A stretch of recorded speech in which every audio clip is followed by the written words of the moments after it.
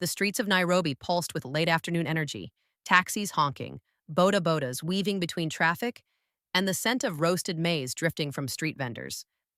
A sleek black Range Rover rolled to a stop outside Imara Towers, the tallest building in the city's financial district. Inside, Amara, 27, adjusted the strap of her leather handbag and hurried toward the glass doors. She had just been hired as a junior analyst at Sahara Group, a multinational with its headquarters at the top floors. She wore a modest cream blouse and navy skirt, her hair in neat braids, elegance without extravagance. From across the lobby, a man in a tailored charcoal suit watched her with curiosity. His name was Kweku Mansa, 34, CEO of Sahara Group, though no one would guess it from his understated presence. He was known publicly for boardroom victories, not for romantic entanglements. As Amara passed the security checkpoint, another woman swept in, Zuri, 26, stunning in a scarlet dress and designer heels. She locked eyes with Kweku, flashing a smile that carried both beauty and calculation. Zuri had been attending every charity gala in the city lately, and Kweku's wealth was an open secret she intended to claim. Kweku glanced at both women before disappearing into the elevator. Two worlds had entered his orbit that day, one seeking him for his fortune, the other unaware of who he really was. On Amara's first morning, an email summoned her to Strategy Floor 34, Market Research Briefing. She rode the elevator with a mix of nerves and ambition, memorizing figures she'd studied the night before. When the doors opened, she found a sleek workspace overlooking the city skyline and a small group clustered around a digital screen. "Morning," said a man in a crisp white shirt, sleeves rolled to the forearms, with the kind of quiet confidence that commanded attention. "I'm Kwesi from Group Strategy." Kweku used the alias when he wished to hear unfiltered truth. He'd learned that titles distorted reality. Amara presented a neat slide deck on consumer behavior across East Africa. She spoke softly at first, then stronger as the room warmed to her clarity. Kweku asked sharp, fair questions. She held her ground and impressed the team. Downstairs, Zuri lingered at the cafe, sipping iced coffee, waiting for Kweku's arrival. She had met him at a gala and tracked his schedule through gossip and Instagram clues. When Kweku finally appeared, still Kwesi in that white shirt, she pounced. "Lunch today? The gallery opening after?" Kweku smiled politely. "I'll check my calendar." He glanced back at the elevator where Amara had vanished. Something about her honesty had steadied his morning, like the first good chord on a kora before a song begins. Amara ate ugali and sukuma wiki from a neat container in the break room, scanning notes. Two colleagues leaned by the espresso machine, whispering. "Have you seen the new girl? Serious but cute," one said. "She's on floor 34. Heard she got an audience with strategy already," the other added. "Must have friends upstairs." Amara pretended not to hear, but the words stung. Zori arrived, glittering bracelets chiming softly. She set down a designer clutch, smiled wide, then let the smile fade as she caught Amara's eye. "Oh, you're the new analyst. I'm close with Mr. Mansa," she said, as if they were discussing the weather. "He likes loyalty." Amara nodded politely. "Nice to meet you." Kweku entered a moment later to refill his water. Zori brushed his sleeve. "We should confirm dinner," she purred. Kweku caught Amara's glance, professional, distant, and realized the unintended tableau. "Tonight's packed," he said. "Another time." Zuri's smile cooled a degree. After he left, she turned to Amara. "Advice? Don't aim too high, too fast. This company eats naive girls." Amara sealed her container, calm. "I'm here to work." Back at her desk, she doubled down on data, writing clean memos. Kweku, reading from his office, admired how she never mentioned him, never played angles. Meanwhile, the rumor mill had found a new subject. A young analyst on floor 34 who didn't know she was already in someone's way. The cruelty began quietly. Amara's access badge failed twice. Her meeting invites vanished. Print jobs showed up with redacted pages. IT shrugged. System hiccups. On the sidewalk after work, Zuri appeared with a smile that didn't reach her eyes. "You're diligent. But diligence is unattractive around powerful men. Be effortless." She handed Amara a glossy gala invitation. Prove you can belong. Amara considered the card. She had no wish to chase anyone's approval, least of all a stranger's. Still, she would attend to observe the world that seemed to revolve around one man's money. That night, she told her cousin Wanjiru over tea in their shared apartment. Someone wants me to stumble, Amara said. I'll hold my line. At the gala, African art glowed under cool white lights. Kweku wore a navy tuxedo, formal yet spare. He spoke with artists about funding community studios in Kibera and Mathare, asking practical questions: price of paint, floor space, safety. Zuri clung to his orbit like a satellite. When Kweku noticed Amara by a Shona stone sculpture, his smile was genuine. You made it. Only to see the art, she said. Zori slipped between them, laying claim with a light hand on his arm. We were just heading to the VIP room. Amara excused herself. She had nothing to prove. But the pressure was real, a bruise beneath the skin that tomorrow's light would not erase. Amara's team was tasked with evaluating a risky acquisition, a logistics startup with headline buzz but flimsy numbers. She worked late, cross-checking invoices against customs data, tracing discrepancies. The conclusion was clear. The valuation was inflated, and the founder was gaming PR. At the review, senior managers praised the startup's vision. Amara presented her findings calmly. False shipping manifests, bloated user counts, short-term pilots dressed up as national contracts. Silence stretched. Then Kweku, still Kwesi, spoke. Thank you. Send me your sources. Afterward, Zuri cornered Amara near the elevators. You embarrassed people. That's not how you rise. I told the truth, Amara replied. Kweku forwarded her report to the board with a note. Merit over mythology. The deal was paused pending due diligence. Out in the city, traders at Gikamba Market bargained over bales of clothes while the sun slipped behind silver-blue clouds. Kweku drove past, thinking of how many lives were affected by corporate bravado dressed as growth. That evening, Zuri posted a photo with Kweku from an old event. Power couples build empires. Comments exploded. Amara didn't see it. She was home ironing her blouse for tomorrow, playing Ebo Taylor softly and texting Wanjiru. Some truths are expensive but cheaper than lies. The harassment escalated. Anonymous messages pinged Amara's phone. Stay in your lane. A delivery of roses arrived at her desk with a card. From your secret admirer. The number traced back to a disposable SIM. HR opened a file but moved cautiously. The sender could be anyone. Zori's sophistication hid a ruthless patience. She didn't need to scream to hurt. She only needed to orchestrate doubt. In the cafeteria, whispers followed Amara like shadows. A rumor claimed she was cozy with a senior strategist. Another said her report had tanked bonuses. Kweku noticed Amara's clipped answers and the way she avoided crowded lifts. He convened security privately. Audit our internal comms and access logs. Discreetly, he said, reverting to his true authority. He also requested mentoring time with junior analysts, including Amara, framed as a culture initiative. When he and Amara finally spoke alone in a glass-walled huddle room, he asked about her workload. She focused on performance metrics and market trends, never on herself. He admired that and worried. It helps to have allies, he offered.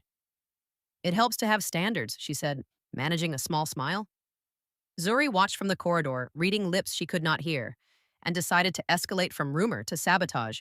A critical presentation approached, the board's quarterly review. Amara prepared a forecasting model that tied regional inflation to last-mile delivery margins. The night before, she saved the final file and backed it up. Morning came with chaos. The version on the shared drive showed wild errors, cells overwritten, assumptions inverted, charts skewed to absurdity. The sabotage was surgical. A senior director barked, "Who signed off on this?" Eyes drifted to Amara. She swallowed hard. My local copy is intact.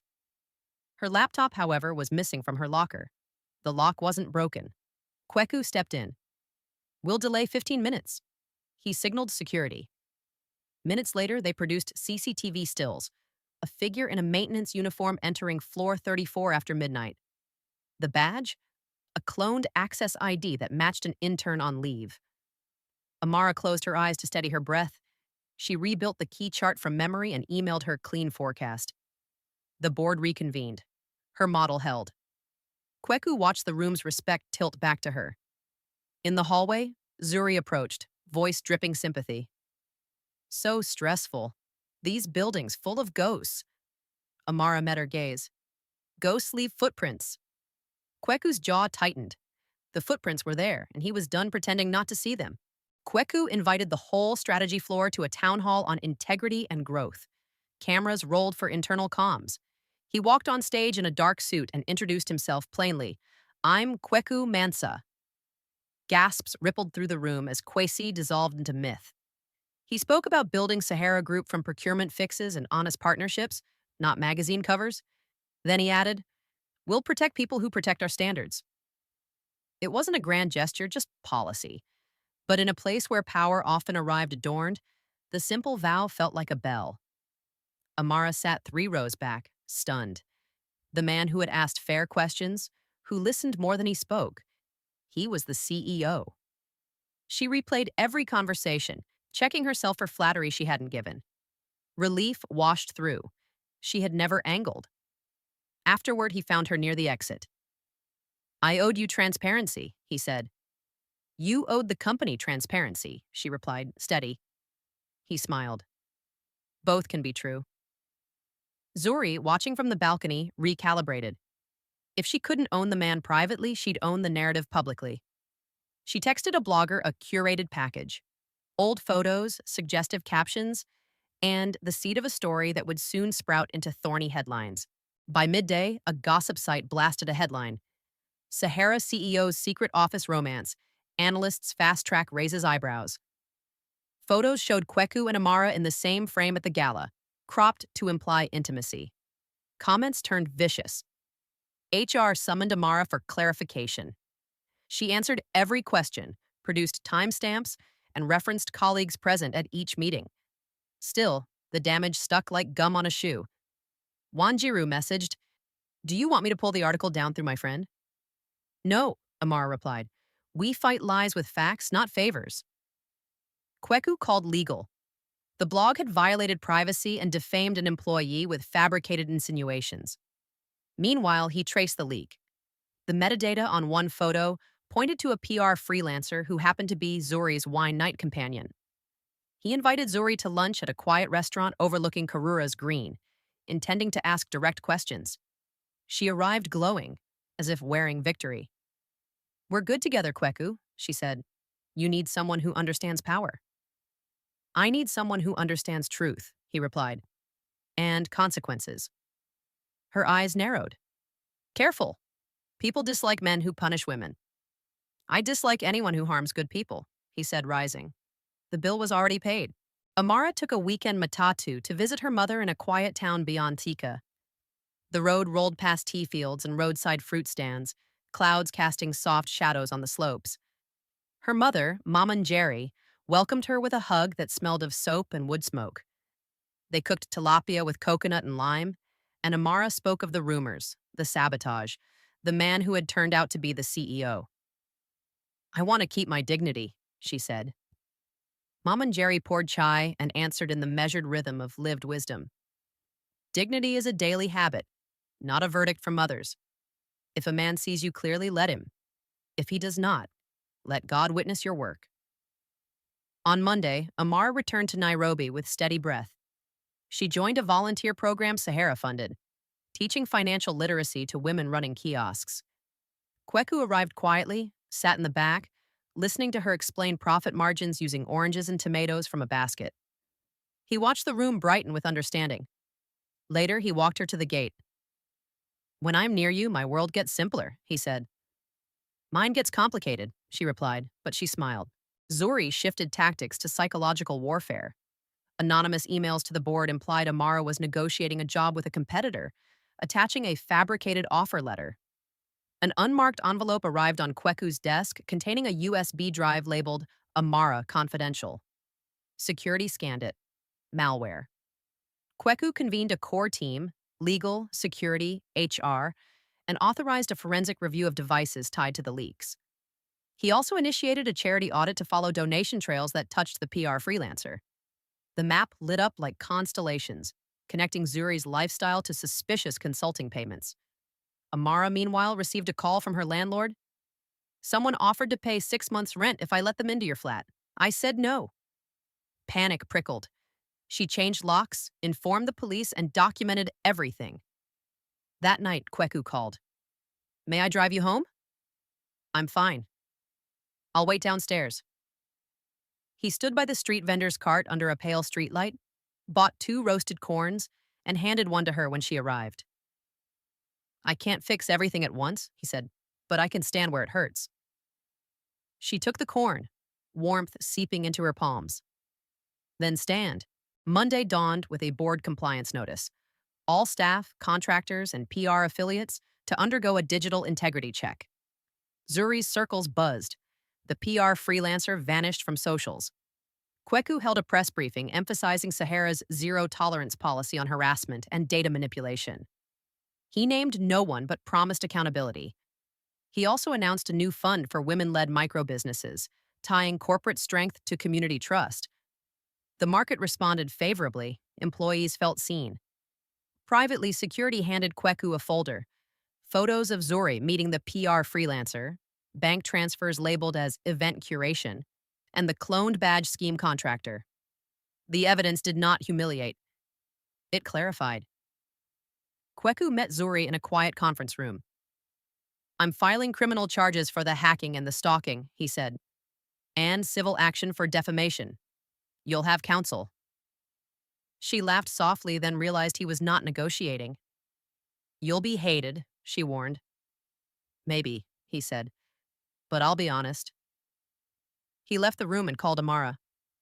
I wanted you to hear from me. We're pursuing it. Thank you, she said, for choosing sunlight. The case moved quickly once the contractor confessed to cloning badges and receiving instructions via encrypted chat. Zuri's attorney floated settlement. Kweku refused hush deals. We want precedent, not gossip. Amara, exhausted, considered quitting. Yet every morning, she found small reasons to stay. The intern she mentored, the vendor who finally got paid on time, the cleaner who smiled when she left a thank you note. Impact, however modest, kept her anchored. One evening on the rooftop garden, Kweku found her watching the city lights. I don't want your gratitude to feel like pressure, he said. It doesn't, she answered. But attention can be heavy. He nodded. Then let me carry some of it. They spoke of normal things. Street foods they missed, the first salary that changed a family, music that turned bus rides into hope. Without ceremony, their distance narrowed into a bridge that didn't need labels to stand. Below them, traffic glided like veins of light, cool whites and blues threading the city's concrete ribs. Somewhere, a saxophone lilted from a balcony. In court, the judge weighed digital forensics, financial trails, and witness statements. The contractor received sentencing for unlawful access and stalking.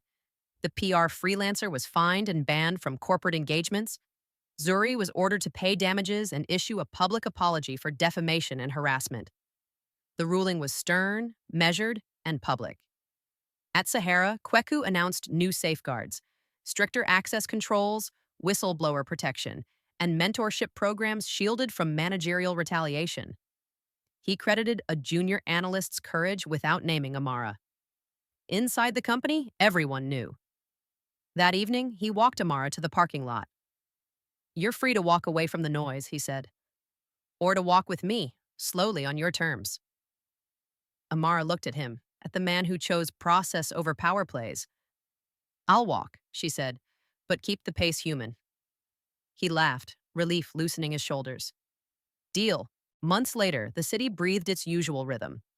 Sahara's microbusiness fund had backed dozens of kiosks. A mural downtown depicted women counting cash under a jacaranda's violet bloom.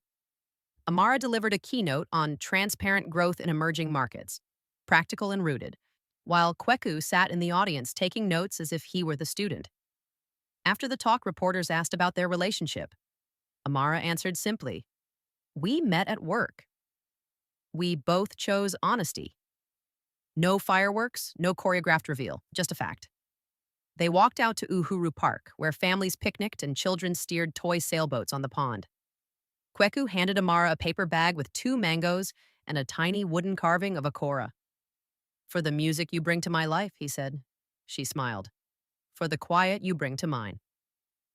Somewhere, Zori was rebuilding a life without shortcuts. Consequences, too, could teach. In the late afternoon, light, clean, and clear, Amara and Kweku sat on the grass, 2 people who had chosen to see and be seen without disguises. Above the skyline, the future looked like glass washed by rain, reflective, transparent, and strong.